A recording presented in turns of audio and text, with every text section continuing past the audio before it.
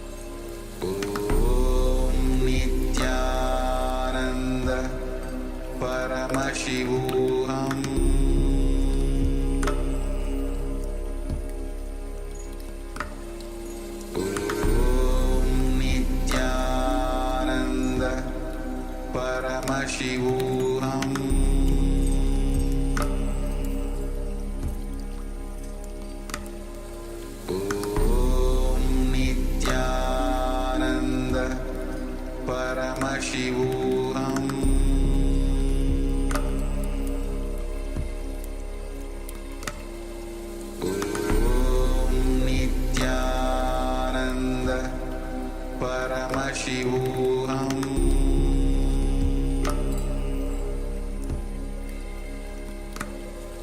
Om Nithyananda Paramashivoham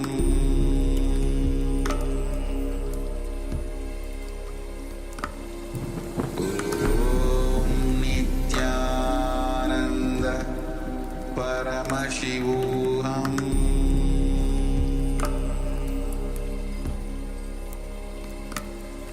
Om Nithyananda Paramashivoham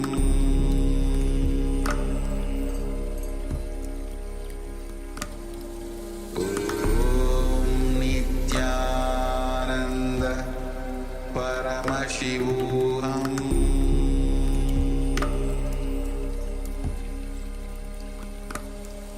Om Nithyananda Paramashivoham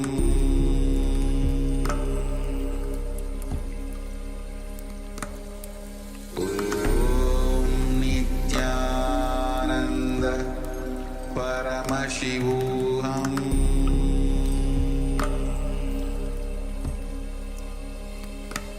Nithyananda Paramashivoham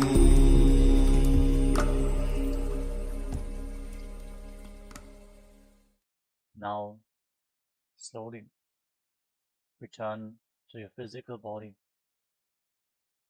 Start to wiggle your fingers and toes. Rotate your wrists and your ankles. Move your arms and legs. Pull your knees up towards your chest. And circle your legs with your arms. Squeeze your body into a ball and rock it from side to side. Slowly return to a comfortable seated position.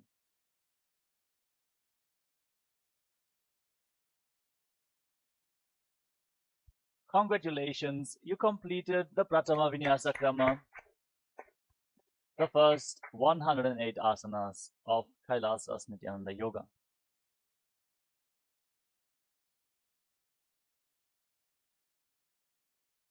With this, let us now get ready to enter into the next asana of the Dvitiya Vinyasa Krama, which is Yathasa-Nishthasana, sitting in a comfortable posture that brings ease to your physical and mental space.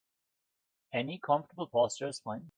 Place your hands on top of your knees in Bindu Mudra, with index fingers and thumbs together, palms facing up. Visualize Swamiji in your inner space and breathe in Samana Kumbhaka. Inhale into your navel region. Hold your breath. Feel the heat rising upwards from your navel. Meditate on the flame in your stomach. As you internally chant the Mahavakya, Om Nithyananda Paramashivoham, for the remainder of this sequence. Yathasa-Nishthasana Paryankam Tat-Samadhyatam Yathasam Yathastitihi Samasana.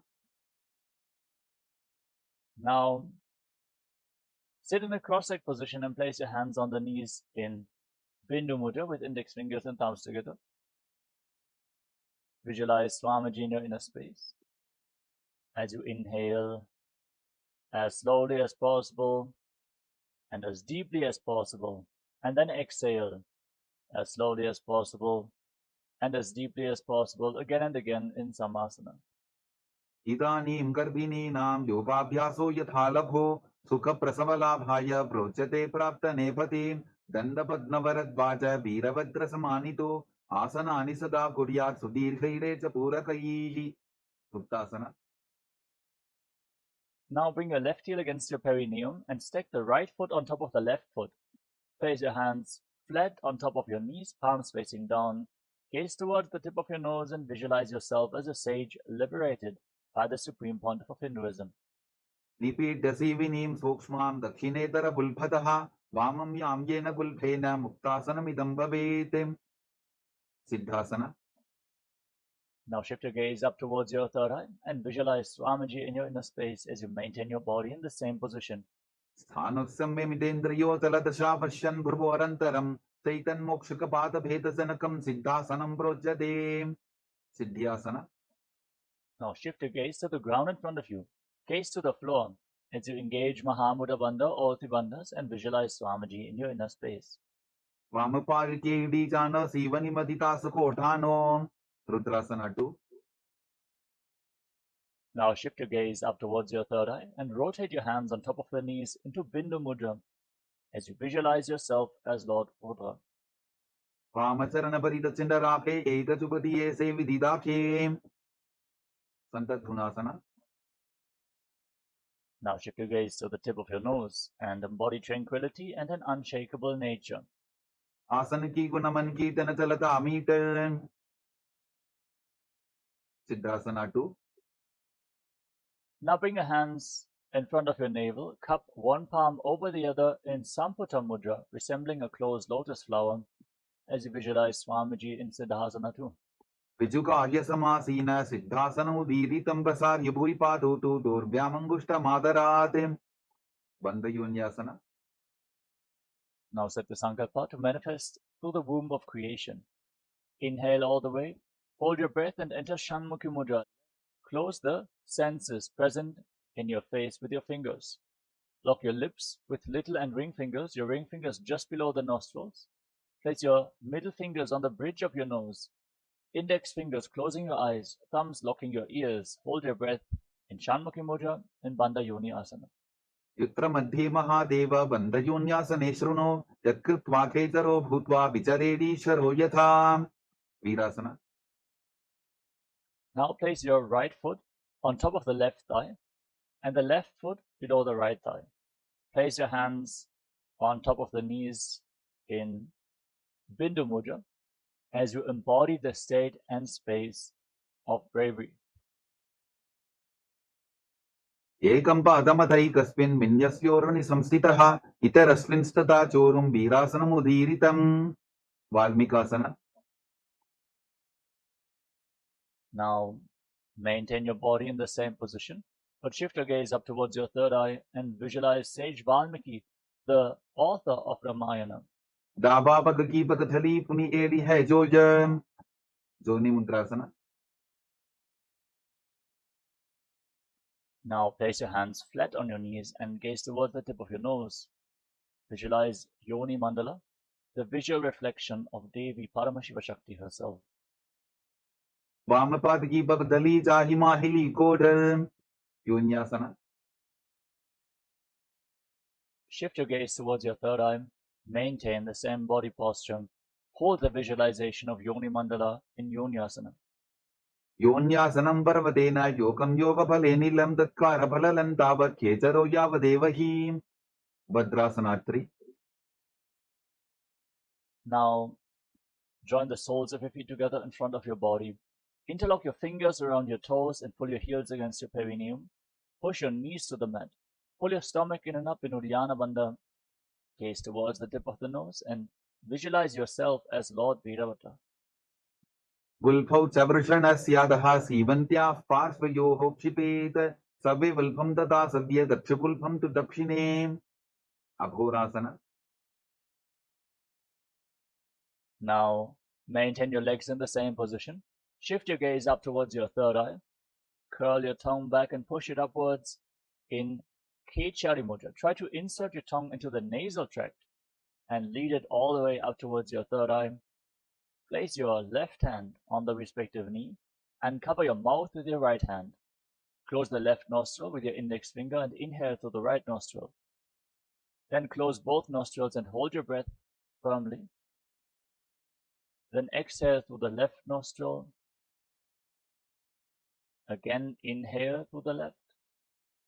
Hold your breath, exhale through the right, invert the breathing flow again and again in Abhyantara Kumbhaka as you visualize yourself as an Aghori in Aghorasana. Purvakaho vishrika jogi vahi vidhi jogi jaisogi. Kaneri pavasana. Now slightly extend your feet away from your body. Keep your toes together and heels apart as in Gvali Pavasana. Rest your elbows on your heels, your chin on your hands. Gaze to your nose. Exhale fully as you engage Uddiyana Bandha and hold your breath. After the exhalation, in Rechaka Kumbhaka again and again, while visualizing yourself as a female elephant drinking water. वाली पाव आसन कक्ष्यो है जैसे Yahoo में जाने विदित से परआसना. Now scoop your hands below the feet and lift your feet off the ground. Interlock your fingers in Parashamudra. Gaze to your nose and visualize Swamiji in Parasana. ततोर्ध्वं रेतयेत् वायुं मृतनिश्वास संयुतं Gopi चंडासना. Now free your hands and interlock your fingers around the toes from above. Pull your feet against your chest, rest your chin on your toes, fix your gaze at the tip of your nose and embody the state and space of a king in Gopi Chandasana. पूरव विधिपता का अंगूठा कंटकू पराशे उदरासना. Now again, scoop your hands below the feet and interlock your fingers around the toes from below. Pull your feet against your chest, fix your gaze at the tip of the nose, and visualize your body free from any defects in Uddarasana. दोभोपकदली संपुटाने उभय हस्तकरी Kurud हिताने विशिष्टासना. Keep your fingers interlocked around the toes and lift your feet up higher in front of your forehead. Visualize yourself excelling in everything as you balance in Vishishtasana. दोभोपकदली जोड़ी संपुट करें भुजासना. Now, one by one, lift your legs up over top of the respective shoulders. You can lean against the wall for support if needed. Then bend your arms up. Bring your hands around your neck. Try to interlock your fingers as you visualize yourself as a cobra. शिरासनं त विज्ञेयं कक्षासनम् अतः परं ग्रीवासनं त परमं भुजासनम् इहोच्यते कल्याणासना. With your legs up over top of the respective shoulders, bend your arms down and bring your hands behind your back. Try to interlock your fingers as you balance in Kalyanasana. Gaze to the nose and visualize yourself as a beautiful, auspicious goddess. दो हाथ पकम नीचे आने तिनको बोड़ा नीचे खाने संकटासना. Relax. Now place the top of the left foot flat on the mat. Sit on the left heel and stack the right knee over top of the left. Place your hands on opposite knees and gaze forward in Vaishnavi Mudra. Without getting distracted by any external happenings, focus solely on your inner space. Witness any happenings within your inner space in Vaishnavi Mudra as you visualize yourself as an elegant swan and breathe in Ujjayi Pranayama. Contract your throat and make an ocean-like sound from your throat on in and exhalation as you inhale through nose and mouth simultaneously and exhale only through the left nostril again and again. This is Ujjayi Pranayama, which cleanses the Vishuddhi chakra. वामपादं चितेर्मूलं संन्यसदर् नीतले पातदण्डेन जाम्येन वेष्टयेत् वामपादकम् धेनुकासना. Now slide the left foot outside the hip and sit in between your heels. Place your hands flat on the top knee. Engage Uddiyana Bandha, the abdominal lock, and visualize a cow in your inner space in Dhenukasana. अनुशाकिनकरपञ्जरं वृषिलिन्दवल्यं नीं पच्चन्द्रासना. Now place the right foot on top of the left thigh and the left foot on top of the right knee. Bring your left arm behind your back and twist your spine. Hold on to opposite thighs with your hands. Once you catch a hold of your thighs, twist your spine even more with the support of your hands. Gaze up towards your third eye. Keep your back straight and visualize Swamiji in Machandrasana. वामतङ्गपरितशिरठाने वामहस्तपिष्ठेदिसाने Machandrasana 2. Now untwist your spine, hold onto your big toes, and lean forward and down. Place your forehead on the ground as you visualize Swamiji in Machandrasana 2. प्रसमजी मनातर्नजदोयी वामरङ्गपरितापेसोयी Guru Asana. Rise up and interlock your fingers. Place them on the top knee, the left knee, as you engage Mahamudra Bandha, root lock, abdominal lock, and throat lock. Visualize your Guru, Swamiji, in Guru Asana. ऊर्मूले द्रपादस्य कनिष्ठिका प्रदेशगुल्भं संस्थाप्य संकटासना. Now place the top of the right foot flat on the mat and sit on the right heel.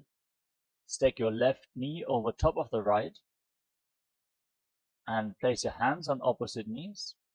Gaze forward without being distracted by external happenings and Vaishnavi mudra. Focus on your inner space as you visualize yourself as an elegant swan and Sankatasana on the other side. वामपादं चितेर्मूलं सन्न्यसतर्नीतले पातदण्डेन जाम्येन वेष्टयेत् वामपादकम् धेनुकासना. Now slide the right foot outside the hip. Sit in between the heels with your hands on the top knee. Engage Uddiyana Bandha and visualize a cow. अनुशाटी नगरपञ्जरं ऋषिलिन्दवल्यम्नीं मत्स्यन्द्रासना. Now move the left foot on top of the right thigh and place the right foot on top of the left knee. Then bring your right arm behind your back and twist your spine. Gaze up towards your third eye and visualize Swamiji in Machandasana. वामजङ्गपरितचरठाने वामहस्तपिष्टेति Sane मत्स्यन्द्रासना 2. Now untwist your spine. Hold onto your big toes in Prana Mudra and lean forward and down. Place your forehead on the ground. Visualize Swamiji in your inner space in Machandasana 2. प्रथमजी मनतर्न जजोजी वामजङ्गपरिता फेसोजी Guru Asna. Now rise up. Interlock your fingers and place them on the right knee, the top knee.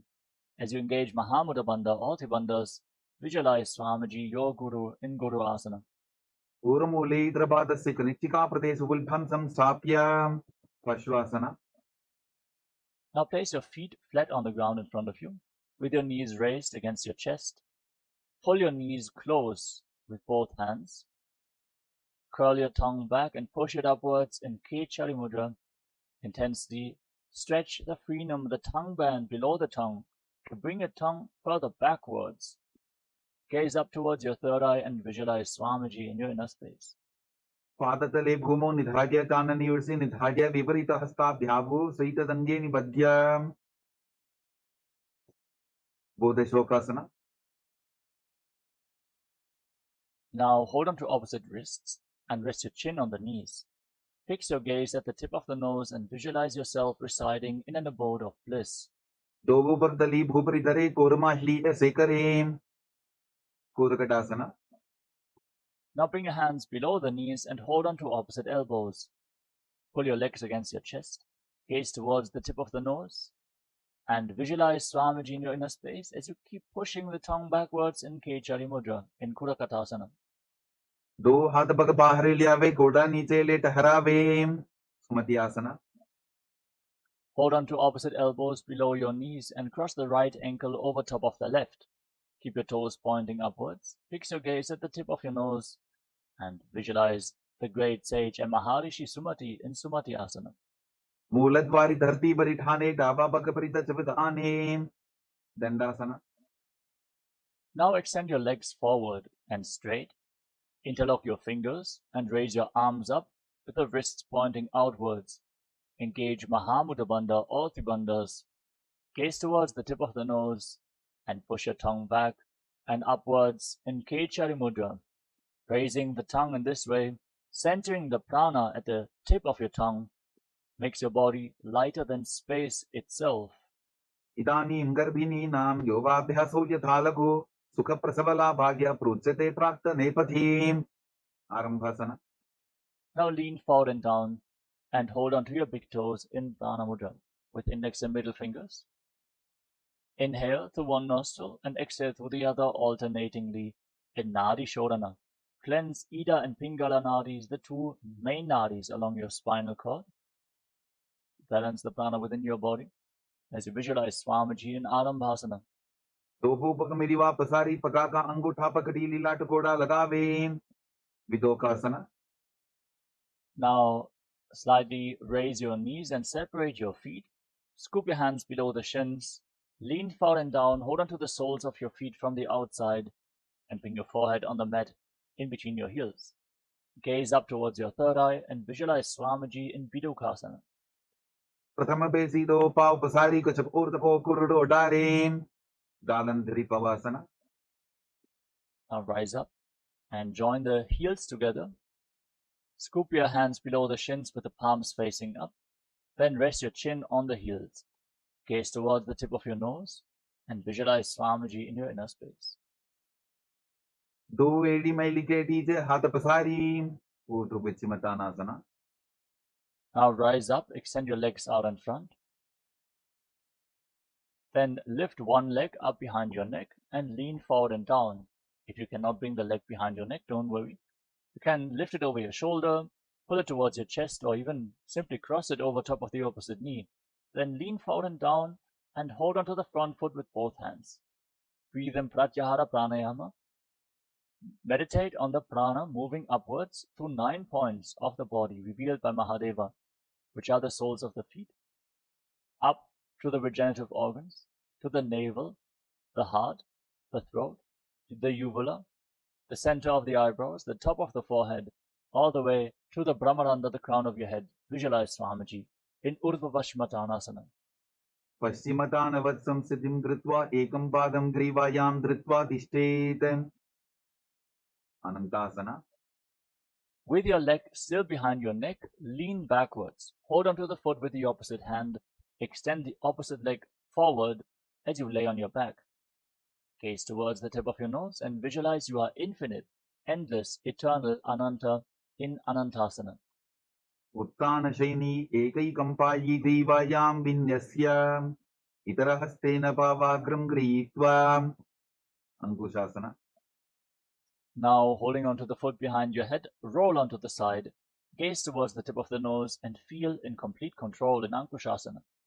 Uttana shaita ekaikam padam grivayam kurvan. Itarhastam karnamule sthapayet. Drishasana. Relax. You can remove the leg from behind your neck, lay on your back, and then pull your knees up against your chest and circle your legs with your arms and rock your body from side to side. Give a soft massage to the muscles in your back and relax your spine. Keep focusing on the upward movement of the prana from the soles of the feet all the way to the crown of your head in Pratyahara Pranayama as you visualize Swamiji in Drishasana. Uttana shainam janani hridevashtambha. Ganga saita uruni karadvaye vadvam. Savyapa lodayet. Drishasanam bhavati. Uttu Pachimatanasana. Now rise up and lift the other leg up behind your neck. Lean forward and down and hold onto the front foot with both hands. Feel the prana moving from the soles of the feet to the crown of your head as you visualize Swamiji in Urdhva Vashmatanasana on the other side. Paschimataanavat samsiddhim kritva ekam padam grivayam dhritva tishtet. Anantasana. Now lean back with the leg behind your neck. Hold onto the foot with the opposite hand. Gaze towards the tip of the nose and visualize you are infinite, endless, eternal, Ananta. Uttana shaini ekaikam payi grivayam vinyasya. Itarahastena pavagram grihitva. Ankushasana. Now roll onto the side of the hand, holding onto the foot behind your head. Gaze to your nose and feel in complete control in Ankushasana. Uttana shaita ekaikam padam grivayam kurvan. Itarhastam karnamule sthapayet. Yoganidrasana. Now lay on your back and one by one lift your legs up and behind your neck. Again, if you cannot bring the legs behind your neck, you can lift them over your shoulders or pull them towards your chest. Open up your hips and then interlock your hands around your lower back. Gaze towards the tip of the nose and visualize Swamiji in Yoga Nidrasana. पादाभ्यां वेष्टयेत् कण्ठं हस्ताभ्यां पृष्ठबन्धनं तन्मध्ये शयनं कुर्यात् योगनिद्रा सुखप्रदा. Atmaramasana. Now, with your legs up over top of the respective shoulders, bend your arms up and interlock your fingers around your neck. Gaze towards the tip of the nose and visualize Lord Vishnu is blessing you from within in Atmaramasana. Atmarama asana padam sudhoso ve. Kochikasana. Now, relax, lay down on your back Extend your arms out to the side at shoulder level and pull your knees up towards your chest, with the soles of the feet facing up to the sky. Gaze up towards your third eye and visualize Swamiji in your inner space. Feel the prana moving from the soles of the feet through the 9 points, the crown of your head in Kochikasana. दो हाथ सीधा सा करें, तिनसो उभे सपा करें, जठर परिवृत्ति. From this position, now drop the left knee to the side, bend, and extend the right leg straight. Feel the prana moving upwards. Bend both knees to the left. Twist your spine. Visualize Swamiji in your inner space. Extend your legs to the left. Hold onto the toes. Rotate your head away from the feet. Twist your spine even more. Now bring your knees back up towards your chest and drop the right knee to the side. Extend the left leg straight. Repeat all the 3 steps on the other side. Bend both knees to the right. Now extend your legs to the side. Hold onto the toes. Rotate your head away from the feet. Jatara Parivritti 1, 2, and 3. परिवृत्ति कुक्षि भागे त्रिदाहि परिकीर्तितः बद्धपूर्णं सुप्तपूर्णं ऊर्ध्वपूर्णमथापि च. द्वन्द्व पीठासना. Now place your feet flat on the mat with the knees raised. Hold on to your ankles, then push your hips off the ground. Lock your throat and hold your breath for a long time in Mocha Kumbhaka. Push the prana into the Sushumna Nadi. Feel the prana heavy like liquid mercury being pushed into the Sushumna Nadi by the force of your breath. In Mocha Kumbhaka, gaze towards the tip of the nose and visualize yourself as sturdy as a bridge in Dviparapitam. प्रतिक्रियायुतं द्वन्द्वपीठ सर्वबलप्रदं गर्भिणीनां दुर्बलानां इदिकार्की जगादनून्.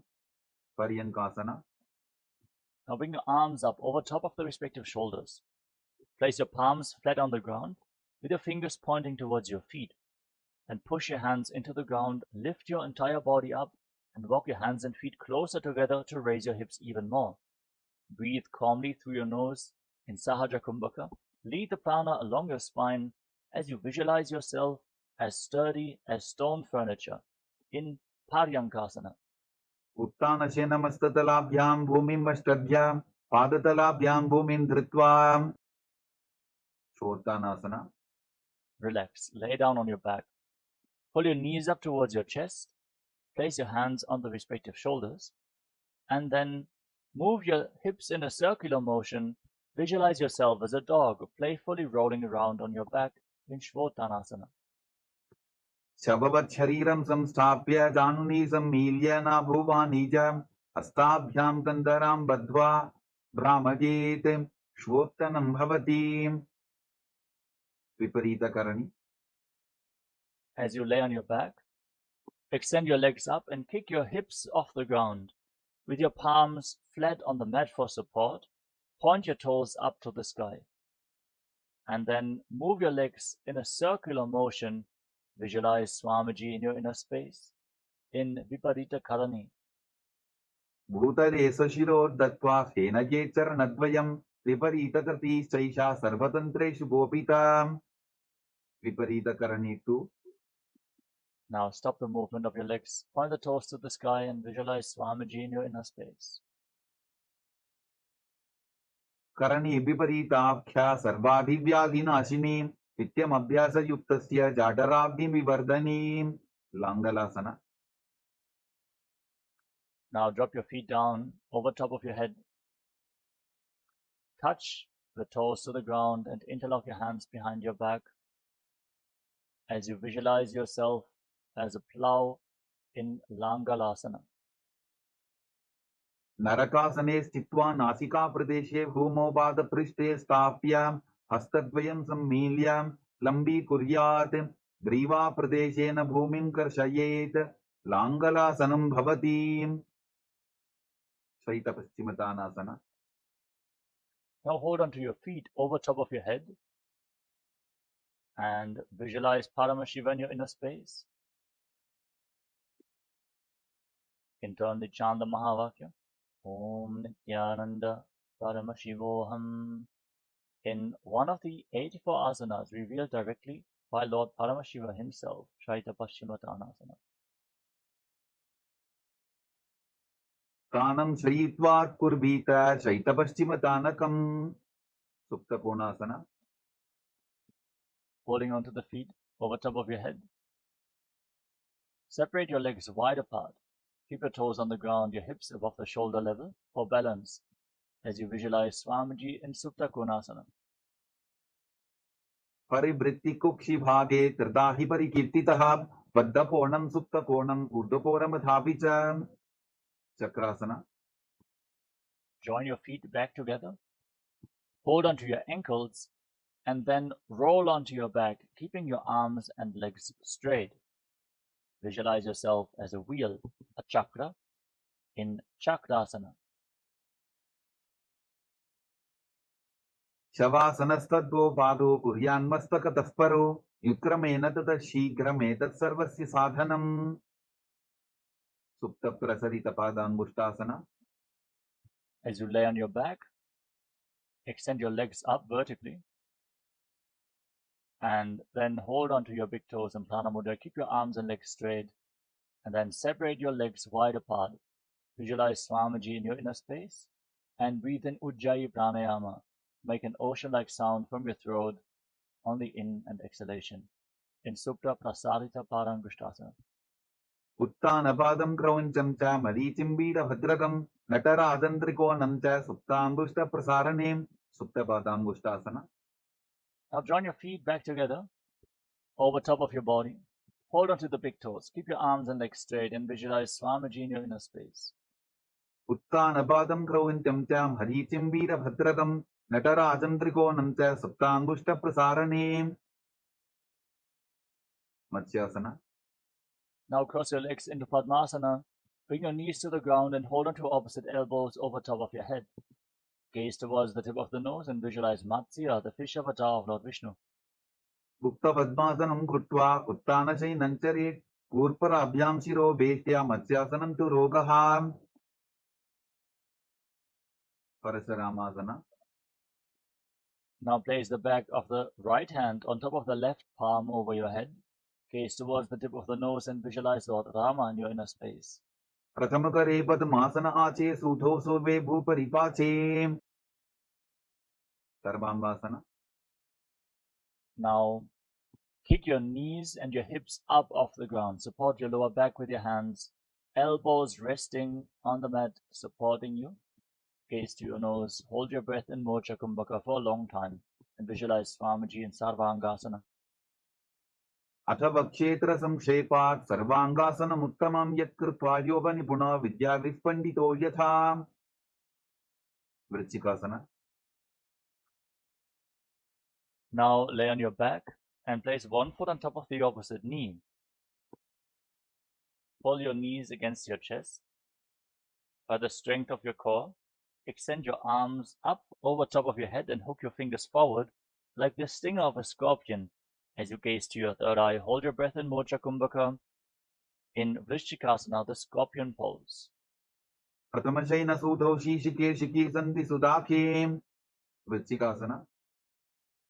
Now exchange the position of your feet. Again, extend your arms up, hook your fingers forward, and visualize yourself as a scorpion.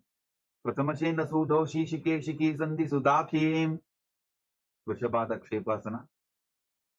As you lay on your back, interlock your fingers around your neck and alternate pulling your knees up towards your chest again and again, keeping your legs off the ground. Visualize Swamiji and breathe calmly in Sahadra Kumbhaka in Vrishabhadakshepasana. Uttana Senam Kritva Angvali Bikandarambadva Purparo Militva Nitambena Bhumim Sprishtva. Marottanasana.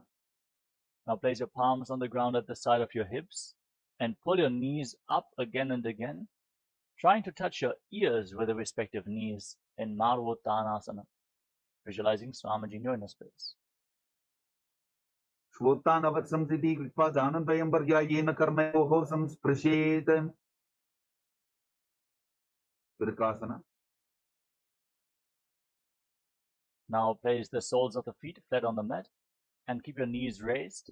Then stand up and lay back down again and again while visualizing yourself as a wolf in Vrikasana. उत्तानशीनं कृत्वा पादतलाभ्यां भूमिं धृत्वा उत्तिष्ठेत् वृकासनं भवति लोटासना. Come to a squatting posture and then roll backwards again and again. Support your neck with your hands or tilt your head to the side to protect your neck as you visualize Swamiji in Lutasana. उत्तानशयनं पादौ शिर उल्लङ्घ्य भूमौ स्थापयित्वा निब्जं भूयादिनिब्जं शयनं कराथासना. Now lay down on your stomach. Keep your hands at the side of the shoulders, the top of the feet flat on the mat. Contract your lips and make a whistling sound like a flute on the inhalation through your mouth. Exhale through your nose. Visualize yourself as a chariot, carrying warriors into a battle for Dharma on your chariot back in Sarathasana. निब्जं शयनं कृत्वा नाभिं भूमौ निधाय स्तम्भद्धस्ताभ्यां भूमिं वष्टद्य ओष्ठौ निमील्य वेणुवत्सं कृत्य तिष्ठेत् सरठासनं भवति देहल्युल्लङ्घनासना. Now push your hands into the ground. Lift your body back up into a plank position and alternate jumping your feet in between the hands back and forth as you visualize yourself transcend body and mind. हस्तद्वयं बद्ध्वा तन्मध्यचरणद्वयम् उड्डानैव बहिरानीय अतनजेत् देहल्युल्लङ्घनं भवति जात्यासना. Now rise up and lean forward and down. Place your palms on the ground in front of you. Walk around on hands and feet as you visualize yourself as a wise 60-year-old elephant in Jatyasana. अथ जात्यासनं वक्षे येन चादिस्वरो भवेत् हस्तान्त्रिभूमौ च गमनम् आगमनं ततः. Next up is Lolitika Karana. Now stand with your heels touching, toes pointing outwards, knees slightly bent in Arimandi. Extend your arms to the shoulder level and rotate your arms around your body. Move your head in all directions. Open up your chest intensely in Lolitika Karana.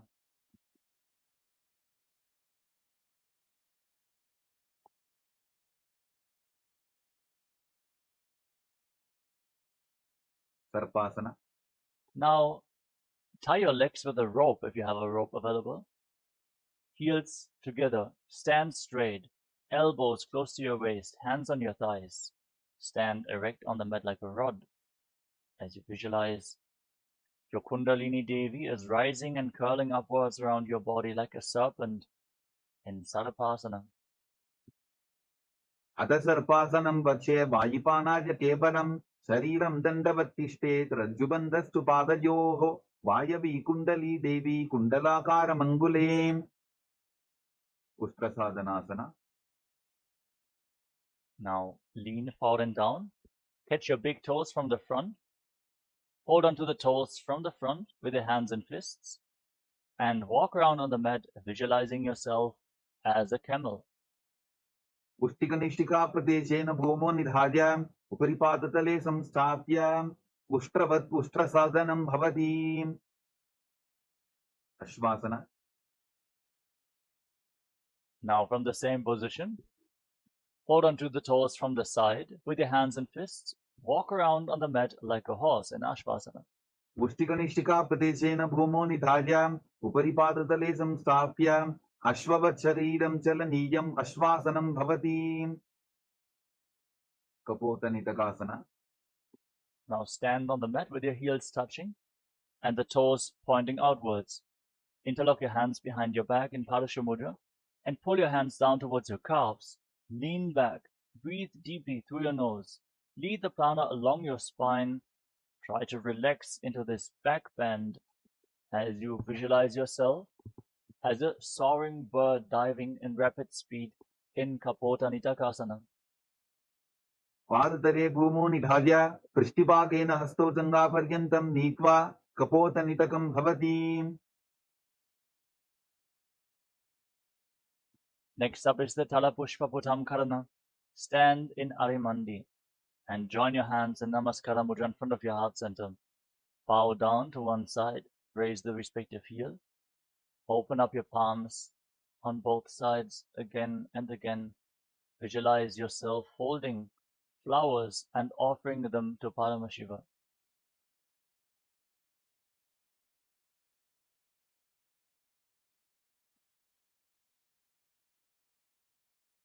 Khadgasana. As you stand on the mat, gaze to your nose and visualize yourself as a rhinoceros. Then lay down on your stomach, jump your feet back up towards your hands and stand, with your hands slightly extended away from the body in Namaskara Mudra, resembling the horn of the rhinoceros.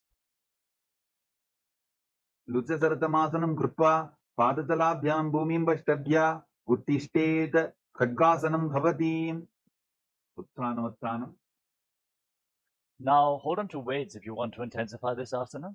Then sit down and stand back up or squat down as low as possible again and again. Gaze to your nose and visualize Swamiji in your inner space. Punah punaha uttatavyam asitavyam iti uttanottanam bhavati. Usalasana. Now raise your arms up over top of your head and jump repeatedly while visualizing yourself as a mace. Saralam stitva udambahunayet varam varam uddanam krutva nadyet usalasanam bhavati. Vichirchakasana. Now hold on to one foot with both hands, pull it up towards your chest, sit down and stand back up on the opposite leg, alternating on both sides. Gaze to the tip of the nose and visualize Swamiji in your inner space. Ekaikam padatalam kukshu nidagya tishthet uchirshakam bhavati. Now keep the toes of the right foot pointing outwards and slightly bend the right knee. Lift the left knee up towards your chest and circle the raised leg with the left arm, the hand in a fist, and keep the right hand on the inner thigh in Parshva Janukarana.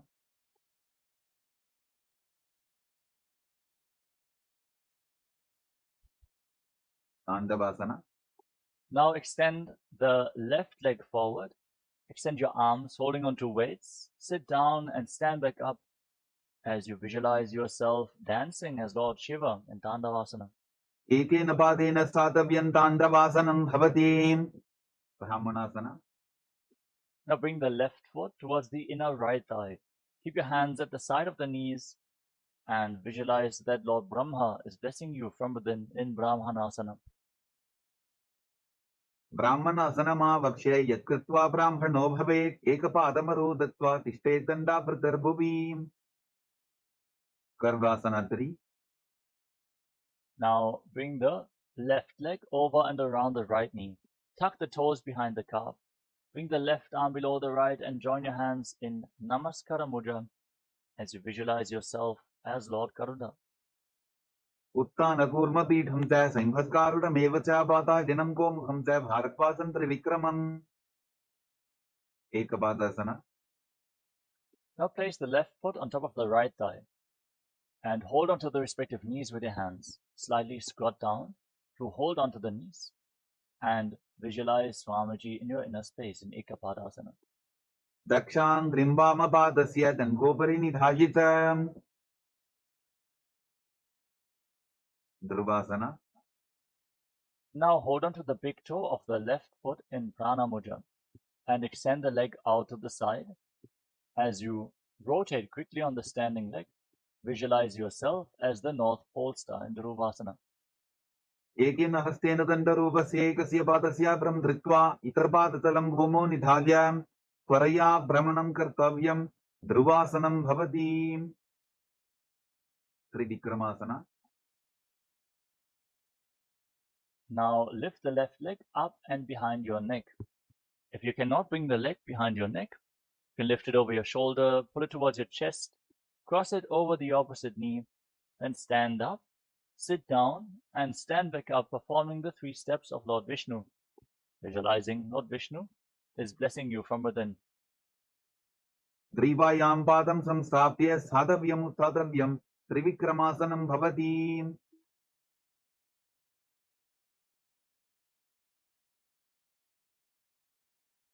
Next up is Parshva Janukarana on the other side.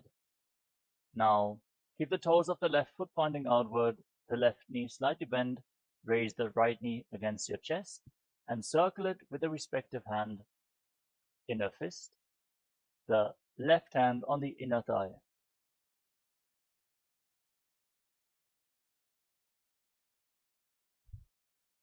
Dandavasana.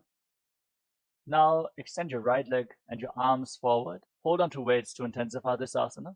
Sit down and stand back up on one leg, visualizing yourself fiercely dancing as Lord Shiva in Dandavasana. Ekena padena sthatavyan Dandavasanam bhavati. Brahmanasana. Now bring the right foot towards the inner left thigh. Keep your hands at the side of the knees and visualize Lord Brahma is blessing you in Brahmanasana. Brahmanasana yatkritva brahmano bhavet ekapadamaro dattva tishtetandavritarbuvi. Karvasana 3. Now bring the right leg over and around the left knee. Tuck the toes behind the opposite calf. Bring the right arm below the left and join your hands in Namaskara Mudra. Visualize yourself with big wings on your back as Lord Garuda in Garudasana 3. Uttana kurma pitham cha saimhaskarudamev cha bata dinam gomukham cha bharatvasan trivikramam. Ekapadasana. Now lift the right foot on top of the left thigh. Slightly squat down and hold on to the respective knees with your hands. Hold this position as you visualize Swamiji in your inner space. Dakshan drimbama padasya tangopari nidhajitam. Dhruvasana. Now hold on to the right big toe. Extend the leg out to the side and visualize yourself as the North Posa as you start rotating quickly on the standing leg in Dhruvasana. Ekena hastena dandarupasya ekasya padasya bram dhritva itarpadatalam bhumo nidhadyam tvaraya brahmanam kartavyam dhruvasanam bhavati. Trivikramasana. Now lift the right leg up behind your neck. Stand tall, sit down, stand back up. You can use the support of some solid furniture as you sit down and stand back up, visualizing Lord Vishnu is blessing you from within. Drivayam padam samstapya sadhavyam uttadavyam trivikramasanam bhavati.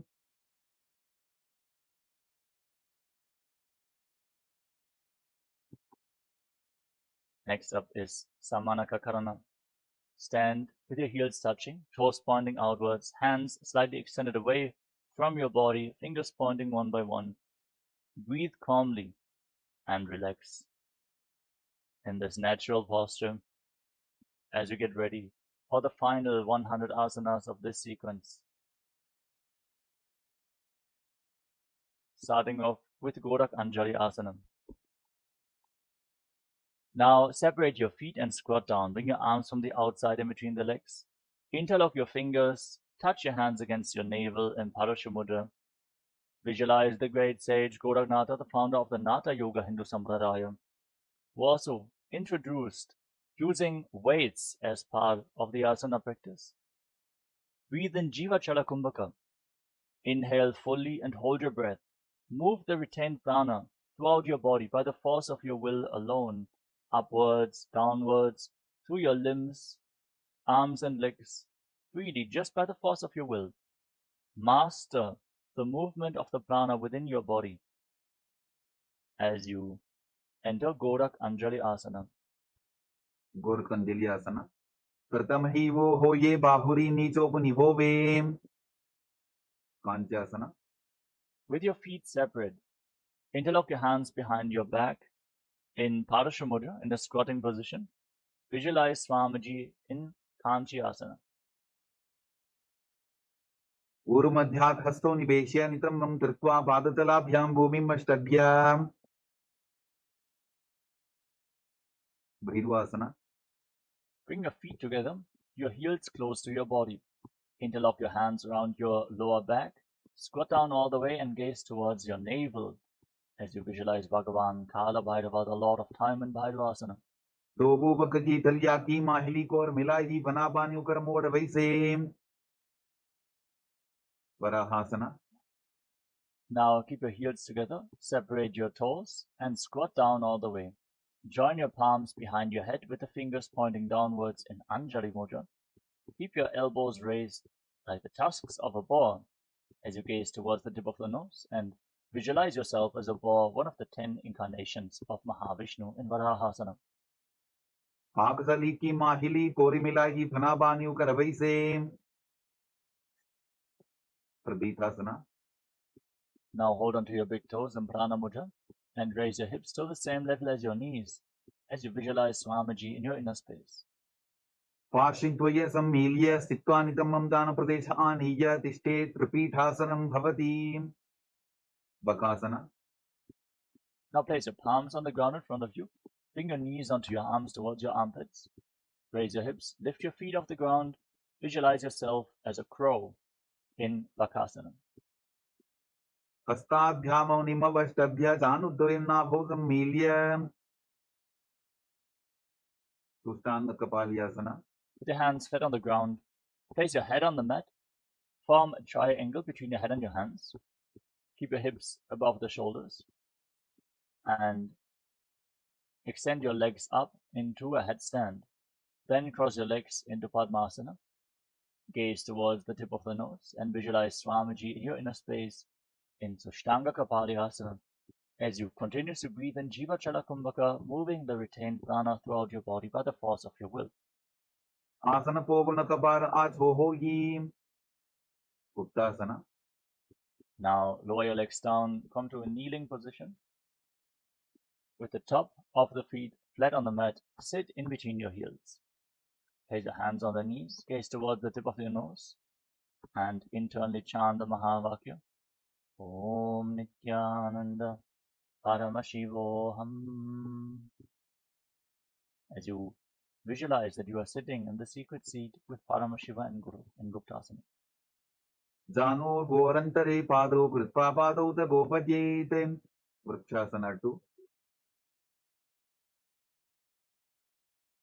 Now place your hands on the ground in front of you. Raise your hips, walk your feet forward, and kick your legs up into a handstand. Everyone should perform this asana to purify all the 7 chakras. As you visualize yourself as a tree with deep roots growing into the ground in Vrikshasana 2. Satta chakrakshalanaya vrikshasana visheshakan janani indriyadadadhya punabhedan samadhyasete. Shibhuasana.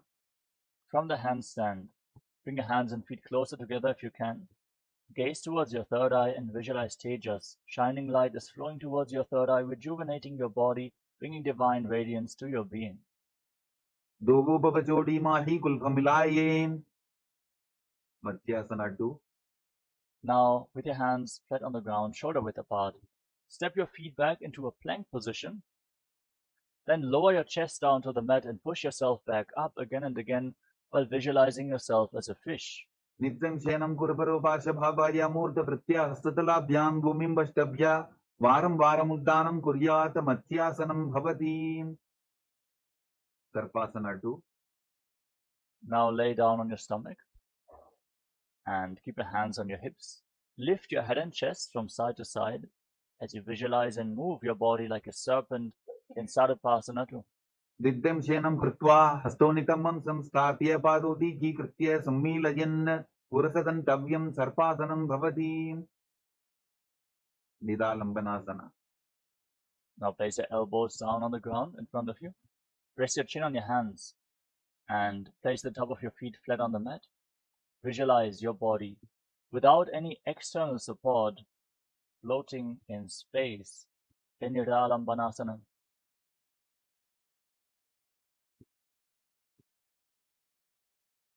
Karabhyam bangasam kritva tishtet kurpara yasudi mukham unnamanuchayi niralambana masanam niralambana yogisyan niralambana masanam niralambana dhyanam niralambana masanam.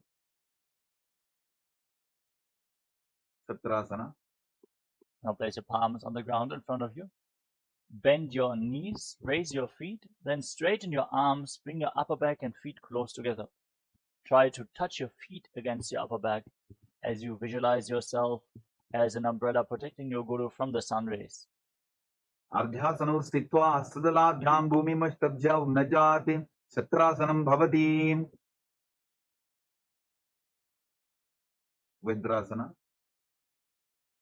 Now come to a kneeling position. Sit on your heels with the top of the feet flat on the mat.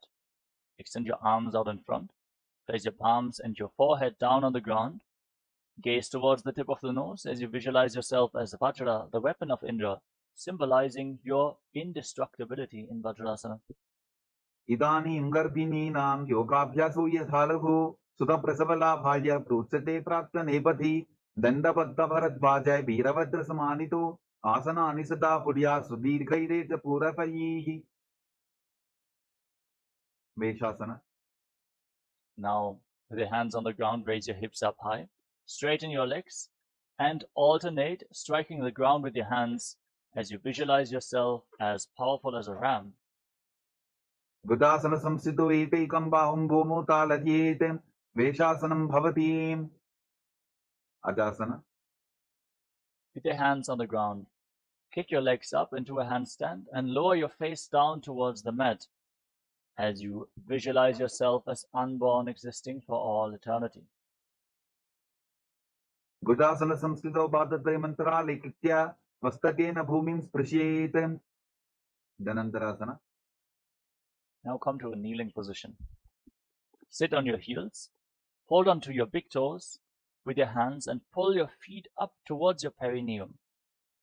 Then place your hands on the respective knees, gaze towards the tip of the nose, visualize Swamiji in your inner space and breathe calmly in Ujjayi Pranayama, making an ocean-like sound from your throat in Dhanantarasana. Purava vidhi parihatabhi kakasicho vanachara modi pataki anguli agrimed lagave. Angamottanam.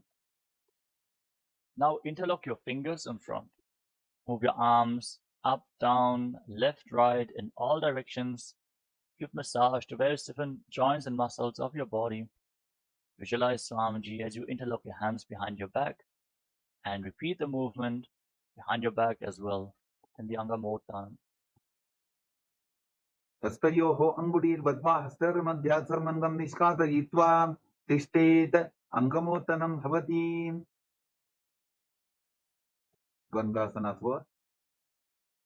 Now sit in between your heels with the toes pointing outwards, with your knees and thighs on the ground. Place your hands on the respective knees, gaze forward as you visualize yourself as Lord Garuda flying Lord Vishnu and Lakshmi on his back in Garudasana 4. Jangorubhyandanam vidya starakajot vijanuna janu parikaradvandva garudasanam uchyate. Anandamandirasana. Now join the toes together behind your back. Separate your knees wide apart. Hold on to your ankles and then sit down on the ground in front of your heels with the front of your buttocks on the mat. Shift your gaze up towards your third eye and visualize yourself residing in the blissful space of a temple, Ananda Mandirasana. Athavakshe veeranatha anandamandirasanam jitkritva amaro dhiro bhavatyeveha sadakaha. Mandukasana 2. Now cross your ankles and sit on raised heels. Bring your hands underneath your knees with the palms facing up as you pull your stomach in and up in Uddiyana Bandha. Press your tongue up flat against the palate of your mouth in Mandukya Mudra and visualize yourself as a frog.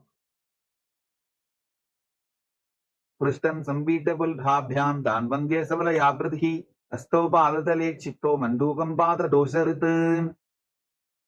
Narasimhasana. Now tuck your toes and sit on raised heels. Separate your knees and place your palms on the ground in front of you, thumbs touching, with the base of the hands touching your toes.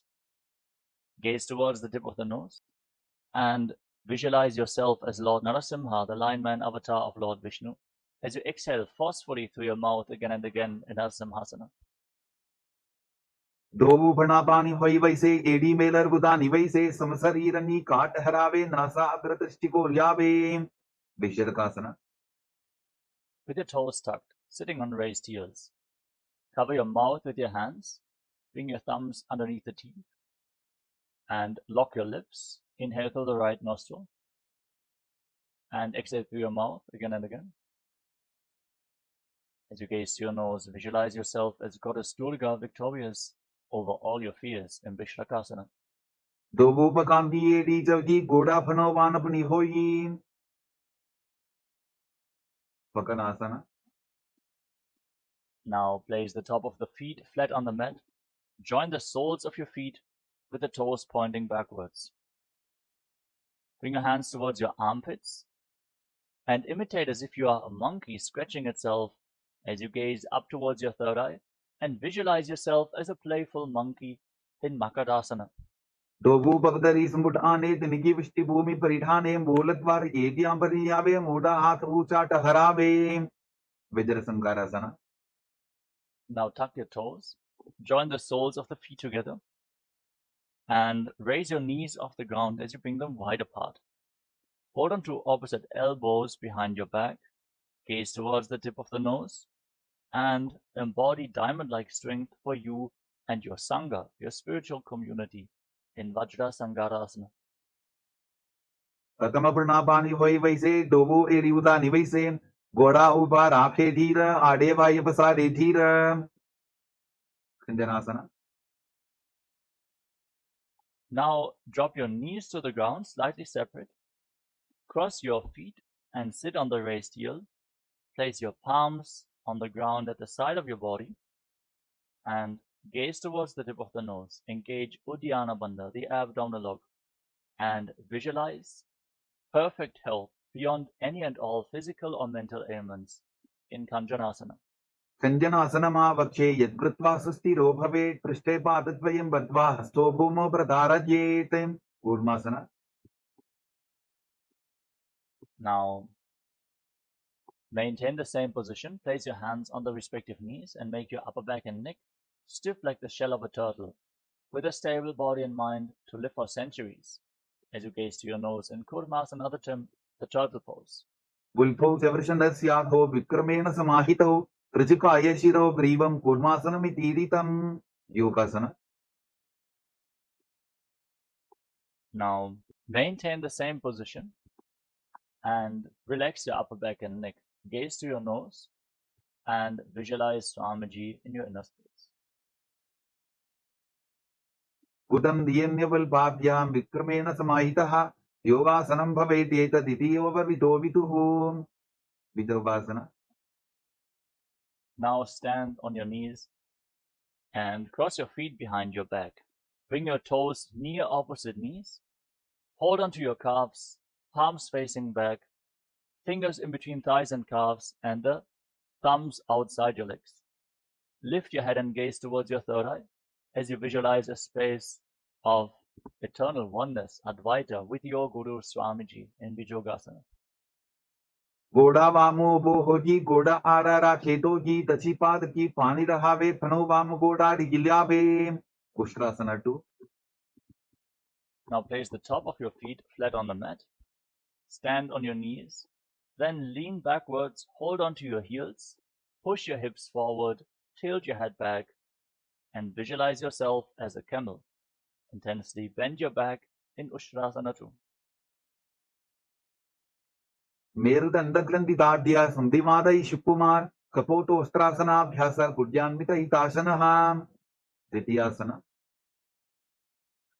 Now join the feet together, sit on your heels, hold onto the soles of the feet and lean back. Place your elbows and the back of your head on the ground as you gaze towards the tip of the nose and visualize yourself as a lotus blooming.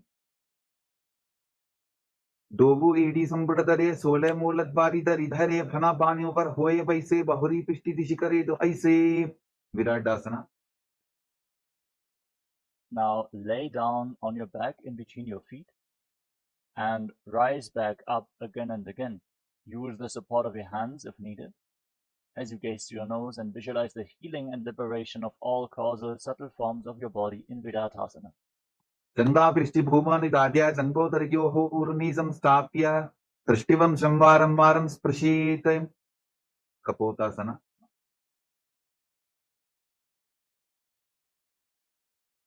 Now sit on your heels and lean backwards. Bring your arms up over top of the respective shoulders. Hold on to your heels And try to bring your head in between your heels as you visualize yourself as a beautiful dove in Kapotasana. Virudandagvandiradya sampipada ishipuman kapoto ashtrasana bhyasa kuryanmita hitasanahan. Varasana. Now rise back up onto your knees. Stand on your knees with the toes tucked behind your back. Hold on to opposite elbows in front of your chest. Gaze towards the tip of the nose. Visualize Paramashiva in your inner space. Chant the Mahavakya. Om Nithyananda Paramashivoham. For this is the boon-fulfilling posture of Parasana. Receive your boon from Paramashiva. Januni bhumo samstapya hastabhyam bahu parasparam dhritva sardam tishtet varasanam bhavati. Varahasana 2. Now, keep your toes tucked, sit on raised heels, then place your forearms on the ground, place your head on the mat and support it with your hands. Visualize yourself as Varaha, the boar avatar of Lord Vishnu in Varahasana 2.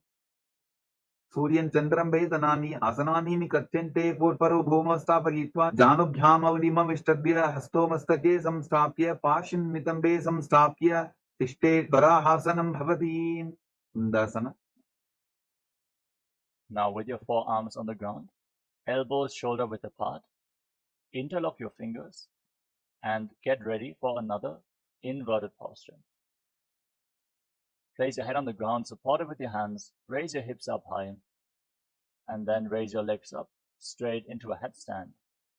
Gaze towards the tip of the nose and breathe calmly in Sahaja Kumbhaka as you visualize yourself as a lob tree in Mundasana. Atho Mandasanam Bakshe Sarvesham Praninam Savam Udham Argyapate Dattva Dharayin Marutam Siddhihi. Andhasana. Gently lower your legs down, come to a kneeling position, top of the feet flat on the mat, sit on your heels, then separate your knees. Hold on to your head as you lean forward and down and bring your head in between the knees, elbows outside the legs. Inhale through your nostrils and exhale through your mouth as you gaze to your nose and visualize Swamiji in Andhasana.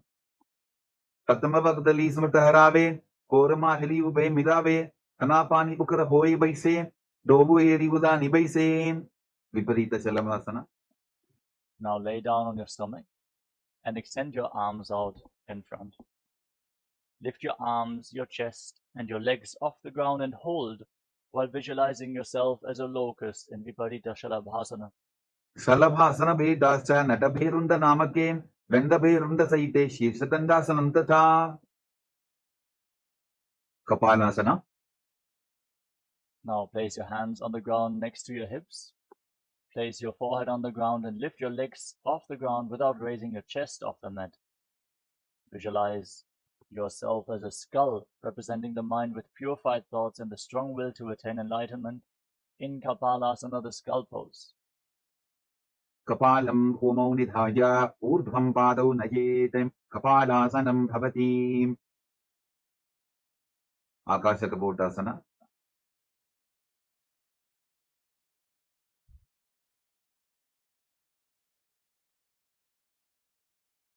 Now from the same position, kick your legs up over top of your body. Bend your back intensely and try to place your feet on the mat in front of you.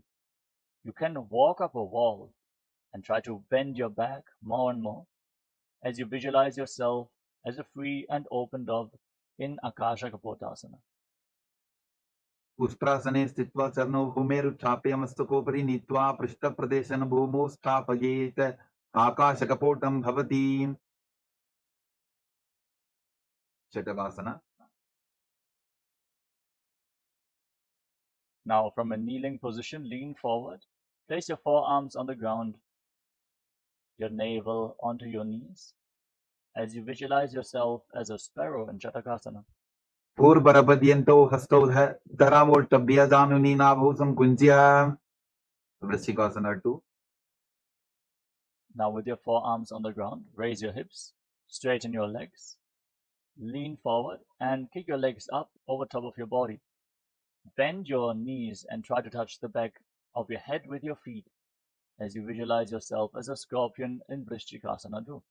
विच्छेव पुच्छप्रतिमाङ्घ्रिपार्ष्णि धृत्वा स्वशीर्षे मुखं विधार्यको यत्रेति सन्तिष्ठति साधकस्त्वं विशावहं वृश्चिकसंयमासनम् पुरुषासना. Lower your legs down, come to a kneeling position. Sit on the right heel with the top of the foot flat and the left foot outside the hip, toes pointing to the side. Place your hands on the ground and forcefully inhale through your nose. Hold your breath for a short while and then again exhale slowly through the nose in Antarangaka Kumbhaka as you gaze forward without focusing on any external happenings in Vaishnavi Mudra and visualize yourself as a bull in the Vrishasana.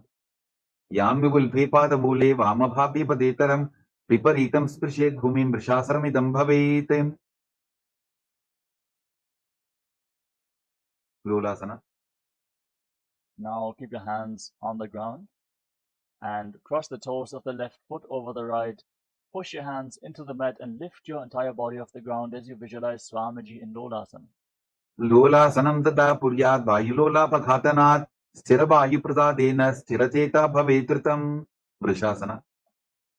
Now sit down on the left heel and keep the right foot outside the hip with the toes pointing to the side. Gaze forward and visualize yourself as a bull in Vrishasana on the other side. याम्बिवुल्फे पादमूले वामभागे पदेतरं विपरीतं स्पृशेत् भूमिं वृषासनमिदं भवेत्. बालवनासना. Now place the right foot flat, tuck the toes of the left foot and sit on the left heel. Place your hands on the respective knees and visualize Balagunahai, one of the 84 siddhas in your inner space in Balagunasana. आसन covid दर बिकार जागी. ग्रहासना. Now stand up, slightly separate your feet, squat down, bring your arms through the legs and hold onto your ankles from the outside. Squat down all the way and visualize yourself as the entire planet in Grahasana. पाददये भूमौ संस्थाप्य दानमध्ये पूर्वरौ स्थाप्य हस्ताभ्याङ्गुल्पप्रदेशो धृत्वा तिष्ठेत्. ग्रहासनं भवति. बालवनासना. Now tuck the toes of the right foot and sit on the right heel with the soles of the left foot flat on the ground. Place your hands on the respective knees, gaze forward in Vaishnavi Mudra. Focus on the happenings of your inner space as you visualize Balagunahai in Balagunasana. आसन covid दर बिकार जागी. उत्कटासना. Now step both feet in towards your body. Keep the toes tucked. Sit on raised heels with your knees together. Hold on to weights if you want to intensify this asana as you visualize Swamiji in Utkatasana. इजास्पिचौ स्थीयत पूर्वजानु यत्रासने पादतलद्वयोपरि. वज्रसंगारासना 2. Now join the soles of your feet together. Separate your knees wide apart, knees off the ground. Hold on to opposite elbows behind your back and visualize Swamiji in your inner space. प्रथमपनापानि होए जैसे Dogu AD उदानि वैसे गोडा उभा राकेटीय आडे वायु पसारे धीर. अनिलासना. Now place your palms on the ground. Step your feet onto the back of your hands. Squat down all the way and keep your arms straight, elbows close to your navel. Gaze towards the tip of the nose and visualize that you are able to consume and live off air alone in Anilasana. दो हाथ भूमि परिठाने पहुनी जाड़ी नाभिलत आने फना दो ऐसे विधि करे पिष्टि हथेलियां की परिधरे. पादुकासना. Now place the back of your hands on the mat. Step your feet onto your palms. Wrap your hands around the feet like shoes and walk around on the mat while visualizing yourself wearing padukas, walking all across Kailasa in Padukasana. हस्ततरयोः पादतले कृत्वा तिष्ठेत् गच्छेत्. पादुकासनं भवति. कुक्कुटोड्डानासना. Now place your palms on the ground. Kick your legs up and let them fall back down again and again as you visualize yourself as a rooster. हस्ततले भूमौ कृत्वा पादतले च ऊर्ध्वमुड्डानं कृत्वा भूमौ पतेत्. विपरीतनृत्यासना.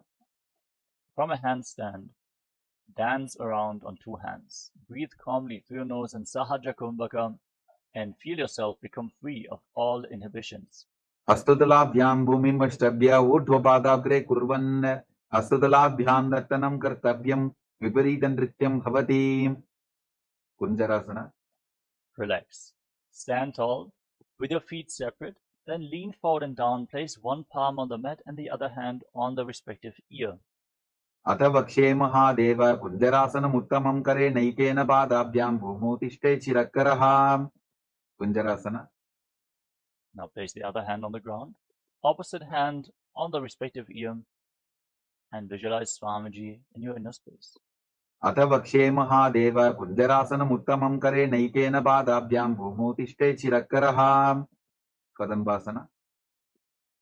Now join your feet together and squat down with your heels close to your body. Hold on to your ankles with your hands. Lift your buttocks and your toes off the mat and balance on your heels as you visualize yourself as a Kadamba tree, a pious tree that promotes a long life in Kadambasana. पार्श्विभ्यां भूमिं वष्टभ्य हस्तद्वयेन पुल्भौ धृत्वा तिष्ठेत् कदम्ब भवति पवनमुक्तासना.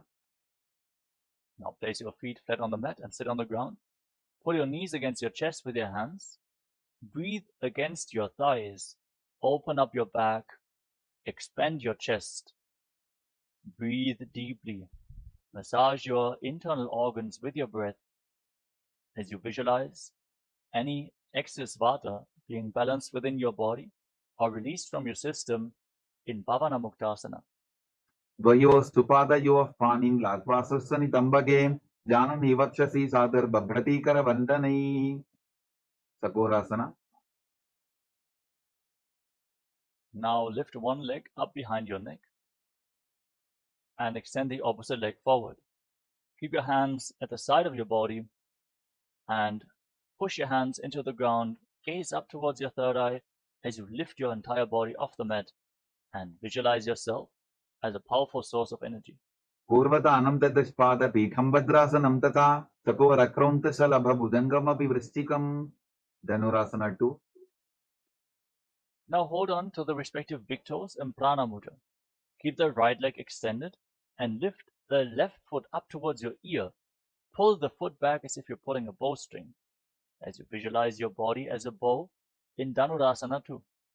पादाङ्गुष्ठौ तु पाणिभ्यां गृहीत्वा श्रवणावधि अष्टावक्रासना. Now lift the left leg over top of the respective shoulder. Place the right foot on top of the left foot. Extend both legs out to the side.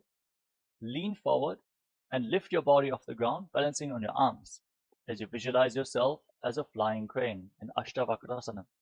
वासिष्ठमदकौन्दिन्यम् ऊर्ध्वकुकुटमेव च अष्टावक्रमसोत्थानं मयूरं सेतुबन्धनं प्राणासना. Now place the left foot flat on the mat with a knee raised. Place the right foot on top of the left thigh and bring your left shoulder underneath the raised knee, pushing the right knee to the ground. Gaze up towards your third eye and visualize that you are immortal, able to exist solely on prana in pranasana. एतत् प्रभेदं वक्ष्यामि करोति यः स चामरः एकपादमुरो बद्ध्वा स्कन्धेऽन्यपादरक्षणं पार्श्वमत्स्येन्द्रासना. Now bring the right foot outside the left hip and step the left foot over top of the right knee. Twist your left elbow outside the raised knee and bring your hand below to interlock both hands behind your back. Gaze up towards your third eye and visualize Sage Matsyendranath, the master of Hatha Yoga, in Parshva Matsyendrasana. पार्श्वाभ्यां दृक्तदेयास्तु पार्श्वमत्स्येन्द्रमुत्तमं सकोरासना. Now lift the other leg up behind your neck. Extend the opposite leg forward. Place your hands on the ground. Lift your entire body off the ground and gaze towards your third eye as you visualize yourself as a powerful source of energy. पूर्वतानं तदस्पादपीठं भद्रासनं तथा चकोरक्रौन्तशलभभुजङ्गमपि वृश्चिकं Dhanurasana 2. Now hold on to your big toes in Prana Mudra and pull the right foot towards your ear, the left leg extended. Visualize yourself as a bow in Dhanurasana 2.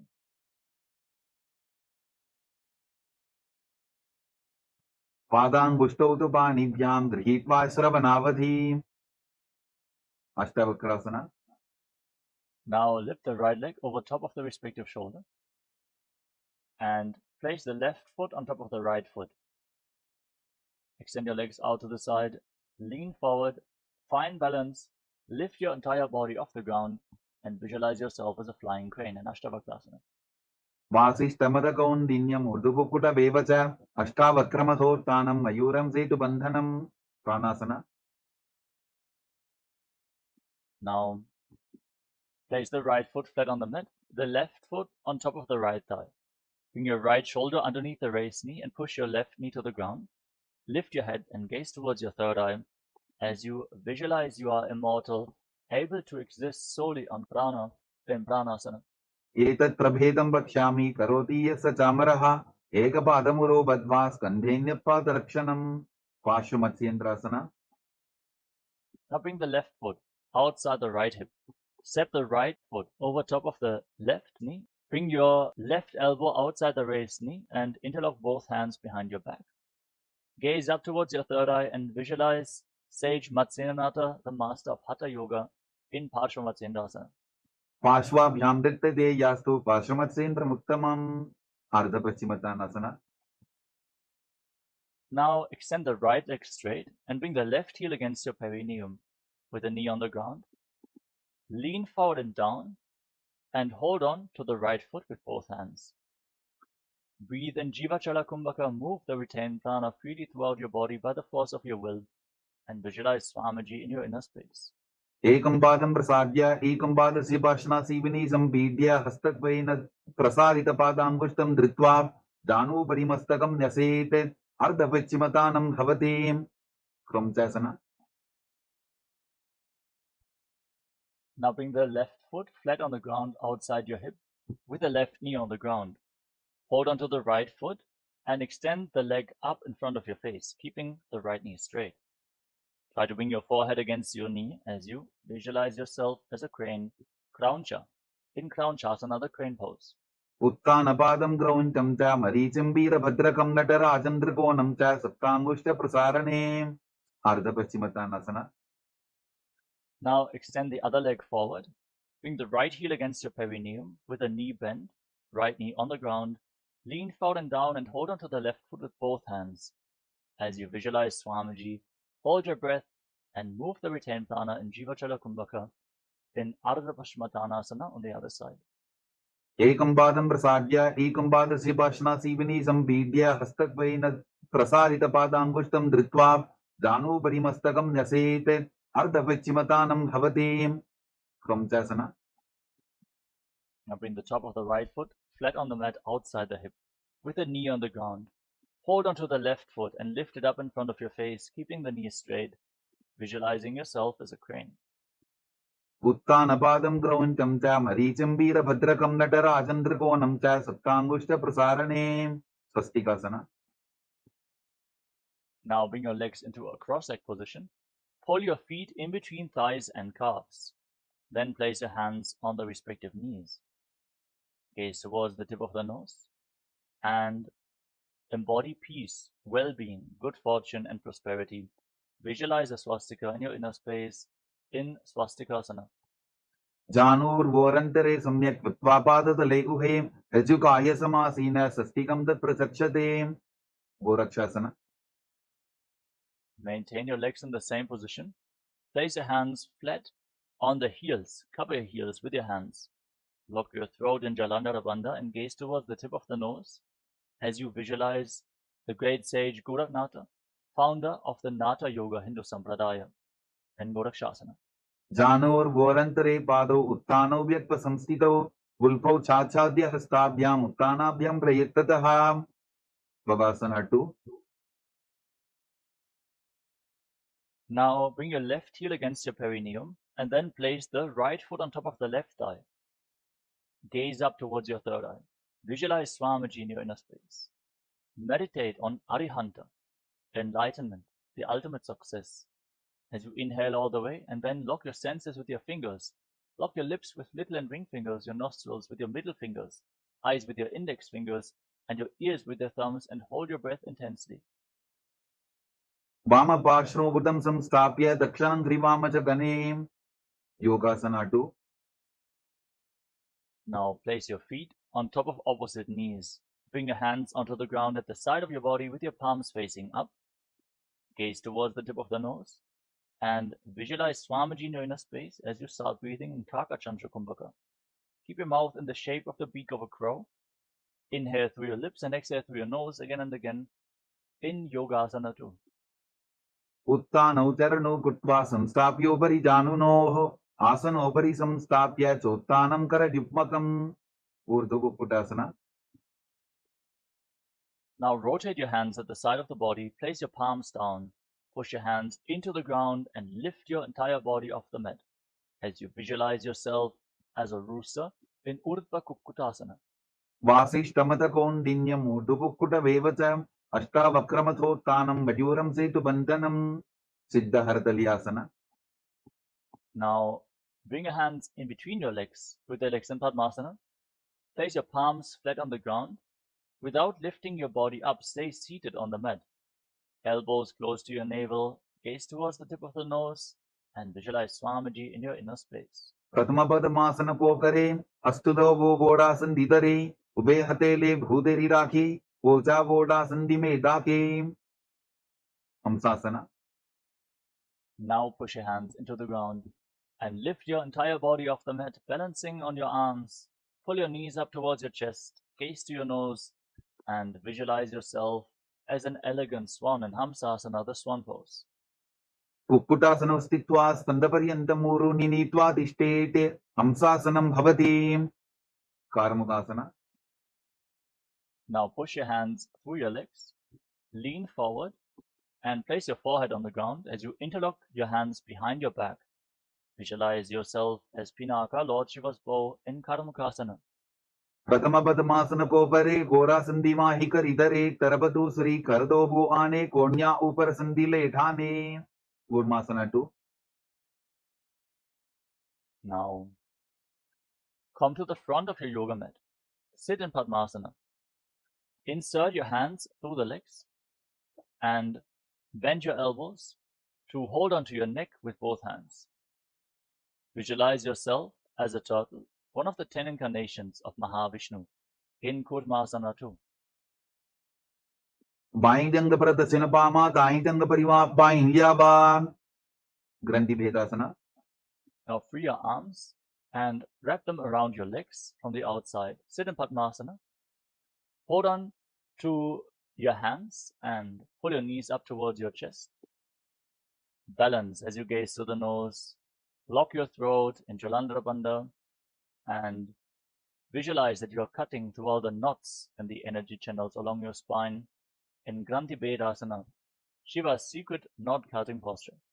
Atha Bhakshe Neelakantha Granthi Bhedasanam Shubham Nyatva Rudra Bhave Chipram Sukshmavaju Nishevanate Uttana Kurmasana. Now insert your hands through the legs once more. Bend your elbows, hold on to your neck, and then roll onto your back. Gaze towards the tip of the nose and visualize that you are a turtle laying on its back in Uttana Kurmasana, the upward facing turtle pose. Kukkutasana Vandrastam Karabhyandata Gandharam Vetham Kurmavatuttana Metatuttana Purmakam Pangu Kukkutasana. Now kick yourself back up. Sit in Padmasana. Insert your hands through the legs. Place one palm on the ground and hold its wrist with the opposite hand. Then lift your entire body off the mat and visualize yourself as a rooster. Kukkutasre Stitva Ekena Hastena Anyasya Manibandham Dritva Pangu Kukkutasana. Now exchange the position of your hands. Place the other palm on the mat. Hold its wrist. Lift your entire body up and visualize yourself as a rooster. Kukkutasre Stitva Ekena Hastena Anyasya Manibandham Dritva Vridrasana. Now sit in Padmasana. Place your elbows on your toes. Interlock your fingers in Padasha Mudra. Rest your chin on your hands. Press your thumbs against your throat. And visualize that you have gone beyond all greed and covetous. Janor Gorantare Paru Uttano Vyakta Samstito Ulpo Chachadya Hastabhya Uttanabhyam Prayattataha Padmasana 3. Rise up. Place your hands over top of each other with the palms facing upwards and rest your hands in your lap. Sit in a meditative space, gaze to your nose, and engage Mahamudra Bandha, root lock, abdominal lock, and throat lock as you visualize Swamiji in Padmasana 3. Uttanau Charnau Vidhaya Vidivat Shakti Sthito Yogiratim. Padmasana 4. Now place your hands flat on your knees. Gaze towards the tip of the nose and visualize Paramashiva in your inner space. With 25 heads, 50 hands, 75 eyes, sit as Paramashiva as you internally chant the Mahavakya. Om Nithyananda Paramashivoham in Padmasana form. Etat Padmasanam Kuryat Pranavaju Prasiddhaye Shubhasanam Sada Dhyaye Purajitva Punah Punaha. Karmukasana 2. Now keep your left hand on the left knee and keep your right hand on Prana Mudra. Catch the left big toe and pull it back as if you're pulling a bowstring. Move the big toe round and round. Pull the foot closer towards your body. Then repeat the movement on the other side as well. As you visualize yourself as Pinaka, Lord Shiva's bow in Karmukasana 2. Adhanyasana Bhakshe Yogapuraka Rakshana Krutva Padmasanam Pada Angushtatanga Yostitam. Karmukasana 3. Now, sitting in Padmasana with your feet closer towards your body, cross your arms behind your back and hold on to the respective big toes in Prana Mudra with index and middle fingers. Gaze towards the tip of the nose and engage Mahamudra Bandha as you visualize yourself as Shiva's bow. Karmukasana Shitya Udare Yet Sukham Tadavagyurvaso Yati Kadena Sufpa Vayunam. Dridasana. Now lift your head and gaze upwards. Visualize that you are endowed with Paramashiva's third eye in Dridasana. Urubhyamubari Stapya Padayukvam Prayatataha Dakshinam Sabya Desheta Sabyam Dakshina Deshake. Magrasana. Holding on to the big toes, roll onto your back. Lay on crossed arms behind your back with your legs in Padmasana. Gaze towards the tip of the nose. Breathe calmly in Sahaja Kumbhaka and visualize yourself as a snake in Nagarasana. Pratama Padmasana Kothane Dohu Hatha Pachani Ane Pad Angutha Pukare Ani Sobai Kahanya Pulya Pani. Kandukasana. Now free your arms and legs. Pull your knees up towards your chest and circle your legs with your arms. Interlock your fingers around the legs in Parashva Mudra. Bring your chin to your knees and squeeze your body into a ball in Kandukasana. Vetrasane Stitva Hastavada Nishpushya Vudhvam Dajet Pushtavam Shena Bhumim Potayet Kandukasanam Bhavati. Urdhva. Now place your feet flat on the mat. Keep your knees raised. Interlock your fingers around your neck. Gaze towards the tip of your nose and breathe calmly through the nose in Sahadra Kumbhaka as you visualize Swamiji in Urdhva Bhavanasana. Pratame Sudho Sainakarave Goda Ubharashi Milave Pulkama Hila Angushtatodi Kare Kekasamela Rasoji. Marakatabhitasana. Now bring your hands underneath your heels with the palms facing upwards. Push your hips off the ground. Inhale. Lock your throat. Hold your breath intensely in Mocha Kumbhaka for a long time as you visualize yourself as a powerful alpha ape in Marakataphitasana. Uttana Shenam Padatale Uttana Hastayo Hostapajet Uttana Shikipitakasana. Now bring your hands towards your lower back. Raise your hips up high. Rest your elbows on the ground for support as you extend your legs. Bear your entire body weight on your elbows. Fix your gaze at the tip of the nose and visualize Swamiji in Uttana Shikipitakasana. Jankho Rubalahi Naschet Uttana Shikipitakam Apramatta Prakurvita Bhukte Pragvijitendriyaha. Narakasana. Now kick your legs up. Point your toes to the sky. Place your palms on the mat for support, and visualize yourself blissfully traversing through Naraka Loka, hell, unscathed in Narakasana. ग्रीवाकण्ठेन भूमिं विष्टम्भा पादाप्रद्वयमूर्धमुत्रयेत् करपासनं भवति तिर्यन्नौकासना. Now bring your hands towards your lower back. Straighten your entire body. Angle your legs over top of the center of gravity. Engage your core intensely to hold the balance as you visualize yourself as a boat crossing the ocean of samsara in Tiryannaukasana. नौकावत् स्थित्वा ऊर्ध्वं पादावृद्वयन् नयेत् तिर्यन्नौकासनं भवति गजासना. Now bring your hands back to the ground. Make your body straight, stable, and sturdy like a flagpole as you visualize yourself as the Kailasa flag respected across all nations in Vajrasana, the flag pose. तिर्यन्नौकावते विवापृष्ठपूर्वरीः भूमिं पष्टभ्यां मस्तकलाक्षेन पादाग्रद्वयमूर्ध्वनयेत् ध्वजासनं भवति वृत्तासना. Now lay down flat on your back. Keep your hands at the side of your body with the palms facing up. Forcefully pull the awakened Kundalini Shakti up along your spine, from the root of your spine, the Muladhara, to the Swadhisthana Chakra, Manipuraka Chakra, Anahata Chakra, to the Vishuddhi Chakra, Anya Chakra, the center of your eyebrows, all the way to the Sahasrara Chakra, the crown of your head. Feel the energy pulsing upwards as you lay completely still without any internal or external movements. Visualize your body is dead and Swamiji is liberating you as you internally chant the Mahavakya.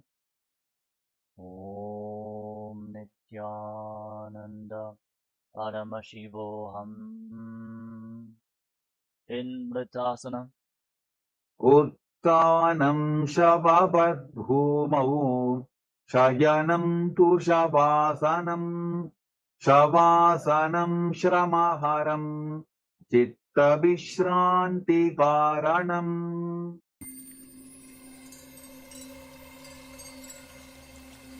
I welcome you all with my love and respect. Let you all open all your three eyes. Om Nithyananda Paramashivoham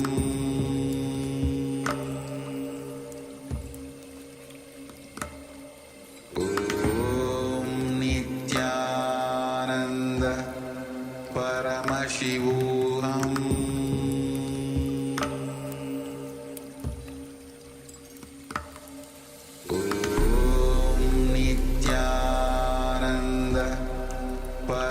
Paramashivoham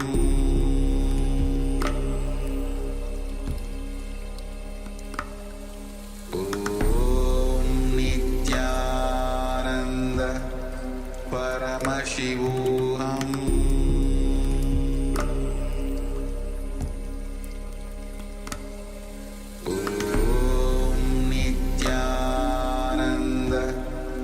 Paramashivoham Om Nithyananda Paramashivoham Paramashivoham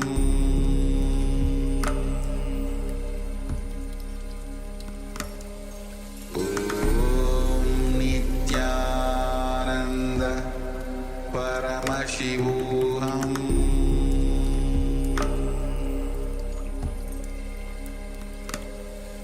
Om Nithyananda Paramashivoham